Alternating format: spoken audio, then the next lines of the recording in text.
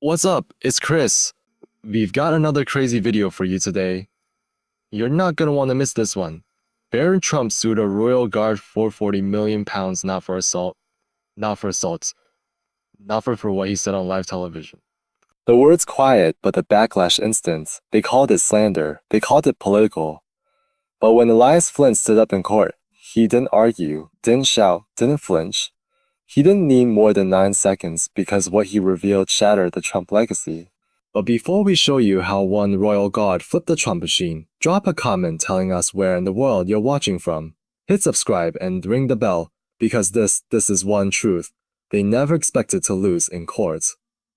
The royal courts of justice don't usually see cases that make American cable news. Most proceedings involve contract disputes or corporate malfeasance, the kind of dry legal drama that barely registers beyond the parties involved. But on a gray October morning, something different was happening in courtroom 37.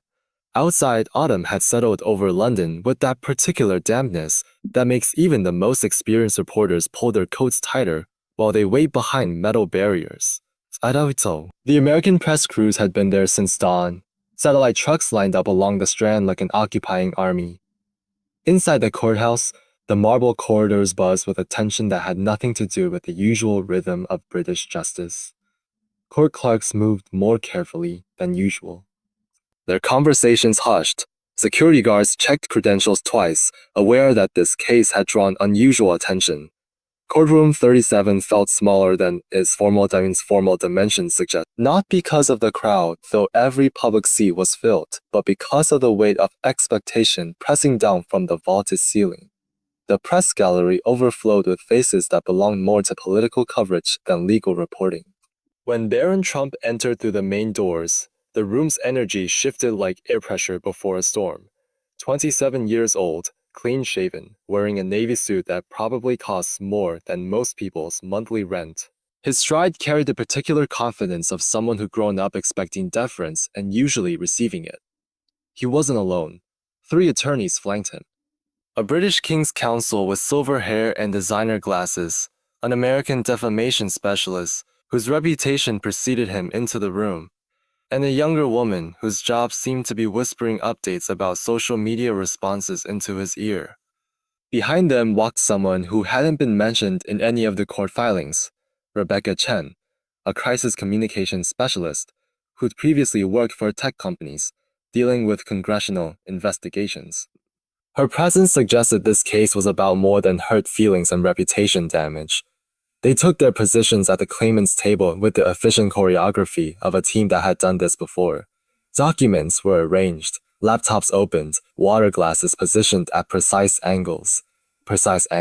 Chang set up a tablet that displayed real-time social media monitoring, hashtags, trending topics, sentiment analysis updating every few seconds. Across the narrow aisle sat Corporal Elias Flint. The contrast was almost theatrical. Where Barron's team commanded space, Flint seemed to occupy only exactly what he needed. 60 years old, broad-shouldered in the way that comes from decades of military posture rather than gymnasium workout. His civilian suit was pressed, but unremarkable, the kind you might see on any middle manager commuting through King's Cross. But anyone who spent time around soldiers would have noticed details that others missed. The way he sat perfectly upright without appearing rigid, how his eyes moved systematically around the room, cataloging exits and sidelines, a small scar above his left eyebrow that suggested experience beyond ceremonial duty. He had no legal team, no assistants shuffling papers, just a manila folder and a pair of reading glasses resting on the bench beside him like afterthoughts. What nobody knew was that the folder contained more than just the memo that would destroy Barron's case. It held 3 other documents that Flint hoped he wouldn't need to use. Communications intercepts, financial records, evidence of coordination between multiple parties that would turn a simple defamation case into something much larger. He'd spent 6 months deciding which secrets were worth revealing. Today, he'd find out if he'd chosen correctly. The murmur of conversation died when the clerk stood to call the court to order. Even the photographers in the gallery seemed to hold their cameras more carefully, as if sudden movements might shatter whatever was building in the air between those 2 tables. All rise for his honor, Judge Whitfield. Judge Marcus Whitfield had presided over more unusual cases than most of his colleagues.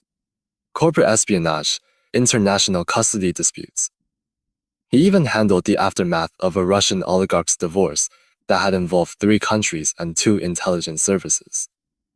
But as he surveyed courtroom 37, he sensed this case might challenge even his experience. Case number HC 2020-24-7, the cluer announced, his voice carrying clearly in the hushed space. Claimant Baron William Trump, defendant Corporal Elias Flint. Matter before the court, civil defamation pursuant to the Defamation Act, 2013. A journalist in the front row would later describe what happened next as a moment when legal procedure collided with political theater, but that missed the real story. Because while everyone else was focused on the drama of the moment, Elias Flint was thinking about something that had happened on a BBC panel 6 months earlier, something that most people had forgotten. Something that Baron Trump's legal team was betting would stay forgotten. But forgetting, as Flint had learned during his intelligence work in Northern Ireland, was a luxury that professionals couldn't afford. It had started, like so many disasters, with good intentions and poor execution. The BBC Two program was called Still Standing, Ceremonial Service in Modern Britain. The not exactly appointment television, more the kind of understated documentary programming that filled weekend afternoon slots between rugby matches and nature shows. The kind of thing most people watched while folding laundry or scrolling through their phones. But the show's producer had spotted something others missed. Coordinated attacks on British ceremonial traditions. Always the same talking points, always appearing simultaneously across platforms. She'd invited Elias Flint because his service record included both ceremonial duty and operational experience. The panel featured 4 guests, a historian from Cambridge, a retired RAF officer, a former palace staffer, and Corporal Elias Flint. The setting was intimate. Just a few cameras, no studio audience, the sort of respectful atmosphere that encouraged thoughtful conversation rather than sound bites. For the first 20 minutes, Flint barely spoke. He sat upright in his chair, hands folded, listening as the other panelists discussed the evolution of ceremonial roles, the challenge of maintaining tradition in an age of social media, the delicate balance between spectacle and service. The historian mentioned declining public support for monarchy-associated institutions. The RAF officer talked about budget pressures. The palace staffer shared anecdotes about tourist reactions to ceremony, all dancing around what Sarah Williams really wanted to address: the increasing sophistication of attacks on British cultural symbols. When she finally asked him directly how he responded to critics calling the Guard expensive theater for tourists, she was hoping for insight into how professional soldiers dealt with public mockery. She got more than she expected. Flint had paused, considering his words with the care of someone who'd spent 30 years learning when to speak and when to stay silent. But he'd also been thinking about patterns he'd noticed, comments that appeared too coordinated to be organic, talking points that spread too quickly to be spontaneous. "I think," he said quietly, "there's a difference between ceremony and theater. Theater is performance." Hanki. Ceremony is commitment, the host nodded encouragingly. And when people mock that commitment, particularly on social media, how does that feel to those who've served? This was where Flint made his choice. He could have given a diplomatic answer about respecting different perspectives. Instead, he decided to test the theory he'd been developing about influence operations targeting British institutions. "When Americans mock our guardsmen," Flint said, his voice steady, but carrying an edge that hadn't been there before. "When they call us statues or ornaments or suggest we should be replaced by robots, they're not laughing at the uniform. They're laughing at everything the uniform represents. Discipline, continuity, the idea that some things matter enough to protect without question." He paused, watching the cameras, knowing that his next words would validate or destroy his theory about coordinated messaging. "And sometimes," he added, "that mockery isn't as spontaneous as it appears." The comment was subtle enough that most viewers missed its significance. But within minutes of his comments airing, Flint noticed the response pattern confirmed what he suspected. The attacks weren't random, they were organized. Someone clipped his remarks within hours, but not randomly. The edit was professional, the distribution coordinated, the amplification too rapid to be organic. It was paired with older footage of Baron Trump making jokes about royal ceremony, creating a narrative that's spontaneous but showed every sign of strategic planning. Royal Guardgate began trending simultaneously across multiple time zones. Comment sections filled with identical talking points. Conservative influencers picked up the story with remarkable coordination, all using similar language about British elitism and attacks on American values. Progressive voices responded predictably, praising Flint for speaking truth to privilege and criticizing American cultural imperialism. The algorithm did what algorithms do. It amplified the conflict, sharpened the contrast, turned the moments of quiet observation into a weapon for tribal warfare. But Flint had been expecting this. During his intelligence career, he learned to recognize manufactured controversy. The pattern was too clean, the responses too coordinated, the escalation too rapid. 3 days later, when Baron Trump's legal team filed their £40 million complaint, Flint wasn't surprised. He was ready. The filing was surgical in its precision. It didn't claim that Flint had explicitly named Baron Trump. Instead, it argued that his comments, viewed in context with subsequent social media amplification, constituted a deliberate and calculated attack on Mr. Trump's character and public standing. The legal theory was elegant. You don't need to name someone to defame them if your words are clearly directed at them and cause measurable harm to their reputation. And the harm, according to the filing, was significant.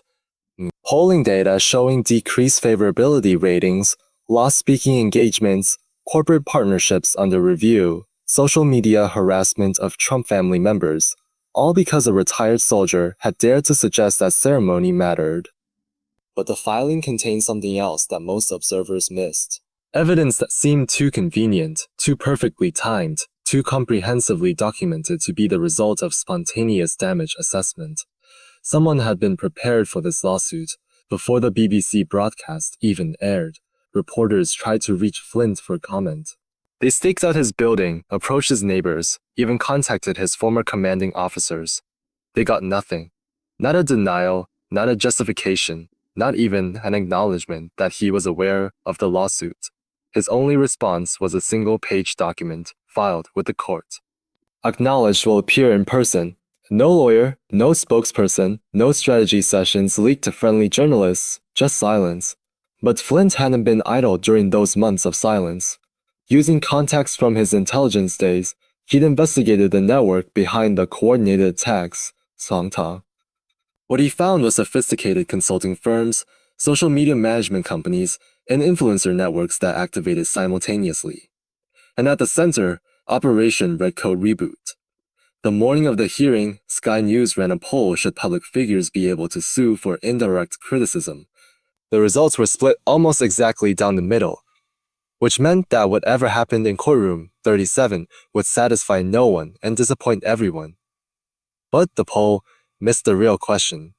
What happens when cultural warfare requires legal intervention? Inside the courthouse, however, the arithmetic was much simpler. Baron Trump had the law, the lawyers, and the leverage. Elias Flint had something else entirely. The King's Counsel rose to address the court with the fluid confidence of someone who'd spent decades making complex arguments sound inevitable. Your Honor, he began, his voice carrying the particular authority that comes from representing clients who can afford the best legal advice money can buy. This case concerns the weaponization of public service credentials for political attack. He paused, letting that phrase settle in the air. Behind him, Rebecca Chen queued up a presentation on her laptop while monitoring social media responses in real time. The defendant, trading on his military service and ceremonial role, used the public platform to launch what was clearly a targeted assault on my client's character and reputation. While he was careful not to use names, the intent was unmistakable.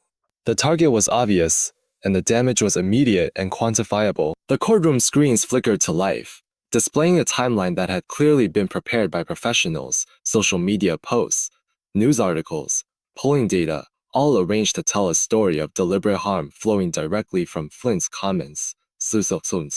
Within 72 hours of the defendant's appearance on BBC Two, my client experienced a 17% drop in favorability ratings among key demographic groups. Speaking engagements were cancelled. Business relationships were reconsidered. Social media accounts affiliated with my client received thousands of hostile messages, many explicitly referencing the defendant's comments. The KC moved with practiced precision, clicking through slides that showed the explosion of social media activity, the commentary from political figures, the amplification by news outlets. Each slide was professionally designed, each data point carefully selected to support the narrative of deliberate targeting. This was not a spontaneous reaction to innocuous comment. This was the predictable result of calculated, inflammatory rhetoric delivered by someone who knew exactly what he was doing and how his words would be received. He displayed a particularly damaging meme that had gone viral.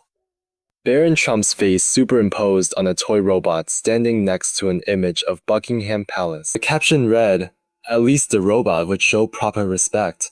The defendant may claim he was defending tradition, but the evidence shows he was prosecuting a grudge against my client specifically and against the American perspective on British institutions more generally. More slides followed, screenshots of tweets calling Baron Trump entitled and disrespectful, op-eds questioning his fitness for future leadership, comment threads turning his jokes about ceremonial guards into symbols of American cultural imperialism. My client has never shown anything but respect for British institutions. His comments about ceremonial efficiency were made in the context of fiscal responsibility, a legitimate policy discussion that the defendant deliberately distorted for personal and political gain. Presentation continued for nearly 30 minutes, building a comprehensive case that Flint had orchestrated a targeted campaign of reputational destruction disguised as cultural commentary. He asked the court to recognize that public platforms come with responsibilities, that military credentials don't excuse civilian misconduct, and that £40 million in damages represents not punishment, but accountability for choices that caused measurable documented harm to an innocent man's reputation. The KC returned to his seat with obvious satisfaction. His presentation had been comprehensive, his argument logical, his delivery flawless. Around the courtroom, pens moved across notepads, capturing quotes that would become headlines within the hour. Judge Wiz made a note, then looked across at Flint's table. "Corporal Flint, you have the right to respond to these allegations. The court will hear your defense whenever you're ready to proceed." The silence that followed wasn't hesitation. It was something more deliberate. Flint stood slowly, not with the theatrical timing of courtroom drama, but with the measured precision of someone who'd spent decades learning that unnecessary movement was wasted energy. He didn't walk to a podium or gesture toward any presentation. He simply remained at his table, one hand resting lightly on the manila folder that had sat unopened through the entire proceedings. When he spoke, his voice was quiet enough that the court reporter had to lean forward to catch every word. "Your Honor, I have one document to submit to the court, and after you've reviewed it, I believe these proceedings can be concluded quickly." He opened the folder and removed a thin stack of papers. The top sheet bore official letterhead, watermarks visible even from the gallery. His movements were unhurried as he handed the documents to the clerk. "This is a memorandum marked confidential strategic communications. Draft do not circulate. It was provided to me through proper parliamentary disclosure channels 3 weeks ago, following a formal request submitted through my Member of Parliament under the Freedom of Information Act." Claire carried the papers to Judge Whitfield, who accepted them with a neutral expression that judges cultivate when they're not sure what they're about to read, but suspect it might be important. The document, Flint continued, was originally classified under commercial confidentiality provisions. Became available for disclosure when the consulting firm that created it was investigated for potential foreign registration violations. Rebecca Chen had stopped monitoring her social media feeds. Her fingers were motionless above her tablet, her expression suddenly focused on Flint with an intensity that hadn't been there before. Flint remained standing, hands now clasped loosely behind his back. Still no drama, no accusations, no righteous anger, Just a man waiting for someone else to read something he already knew by heart. Judge Whitfield's expression didn't change as he scanned the first page, then the second. By the time Judge Whitfield called a recess, Operation Red Coat was trending in 6 countries. This wasn't just about a lawsuit anymore. The memo proved that Flint's comments had been necessary and that Barron hadn't sued to protect his reputation, but to protect a secret. When court reconvened, the atmosphere had changed completely.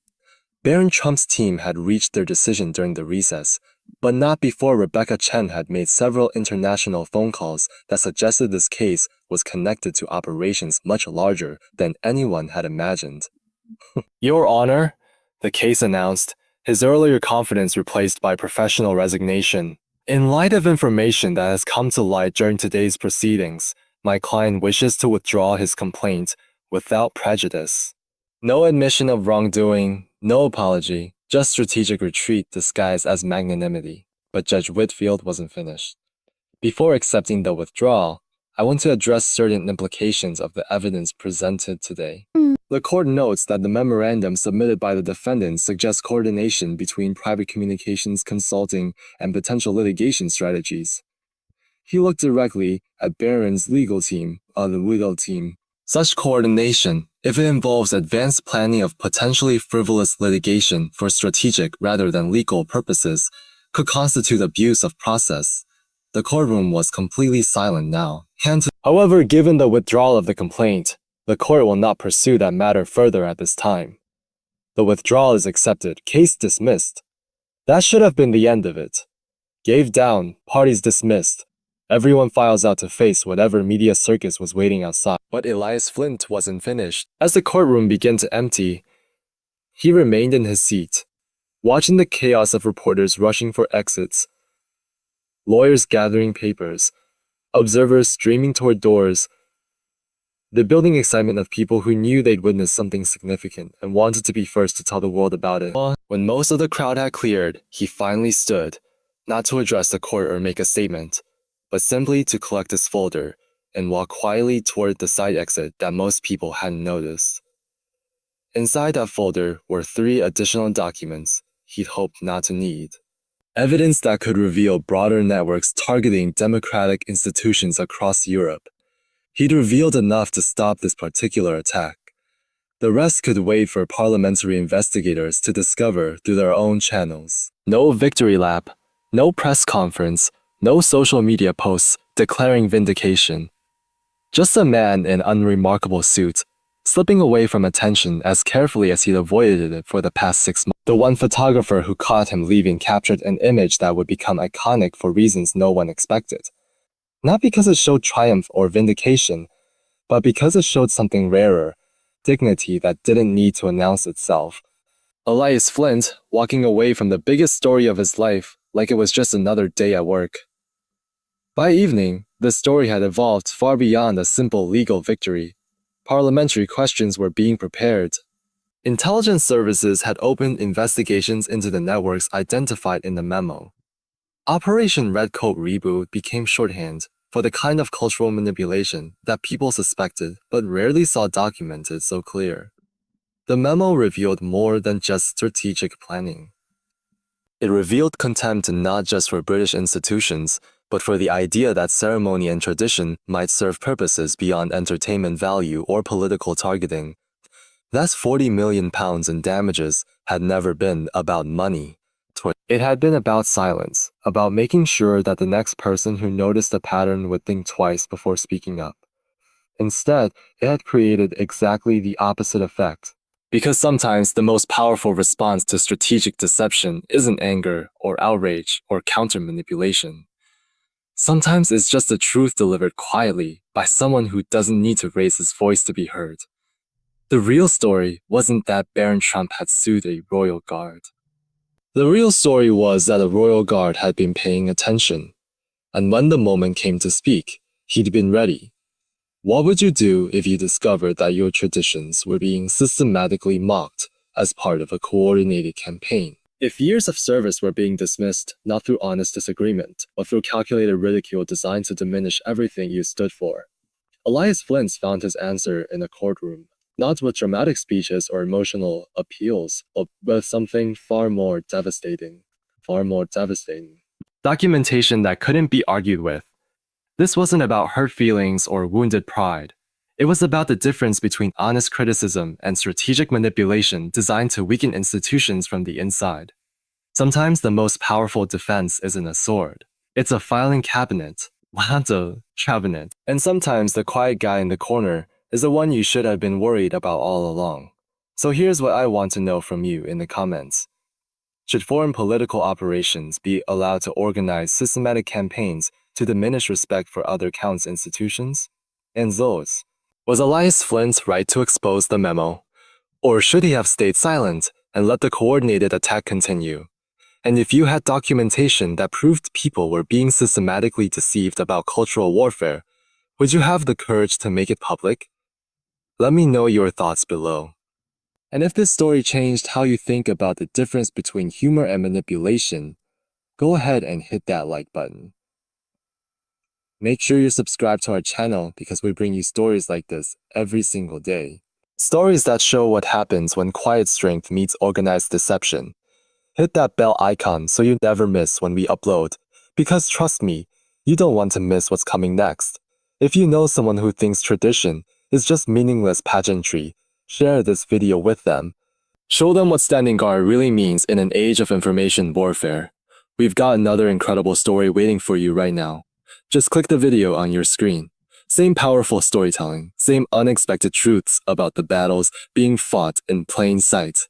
Plain sight. We'll see you tomorrow. Same time, same place, with another moment that proves the most dangerous opponent isn't always the loudest one. Thanks for watching, and remember, not all victories require raising your voice. Some just require knowing when to speak and what to say when you